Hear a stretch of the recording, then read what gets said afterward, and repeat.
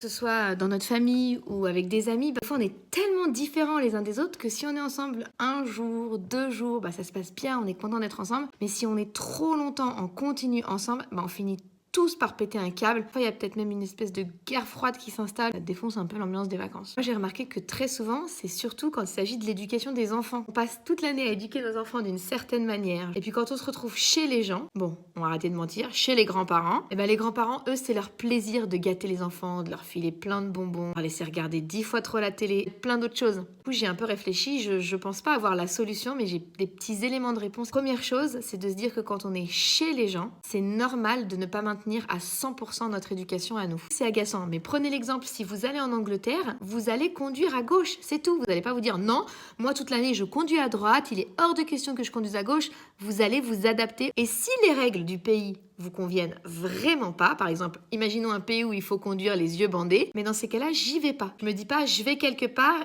et je vais vivre 100% comme chez moi. Même si on va pas changer notre positionnement, on croit toujours que le sucre, c'est pourri quand il y en a trop. Les écrans, c'est pourri, ça empêche la créativité quand il y en a trop. On garde notre positionnement, mais on est conscient qu'il faut assouplir un peu les règles quand on est chez d'autres personnes. D'autant plus que nos enfants sont totalement capables de comprendre ça. D'ailleurs, il faut que nous, on arrive à voir chez nos parents l'intention qui est derrière leurs actions. Souvent, c'est qu'ils ont envie de faire plaisir à leurs petits-enfants. Peut-être qu'ils les voient pas souvent, peut-être qu'ils regrettent d'avoir été trop stricts avec nous. Ils ont envie d'être cool avec leurs petits-enfants. Faut pas tout le temps leur reprocher ça. Et l'autre chose, c'est ça y est, quand la guerre froide est installée, quand il y a une vraie tension, le plus vite possible, faut aller résoudre ce conflit. Parce qu'un conflit qu'on retarde et qu'on repousse, c'est un conflit empiré. On voit bien dans les familles, quand il y a des non-dits sur des années et des années et des années, le passif, il est tellement lourd qu'on sait même plus en fait pourquoi on est vraiment fâché. Moi, ce que j'ai constaté qui marche le mieux quand il y a un froid, c'est d'être la personne qui fera le premier pas et de faire ce premier pas en s'excusant.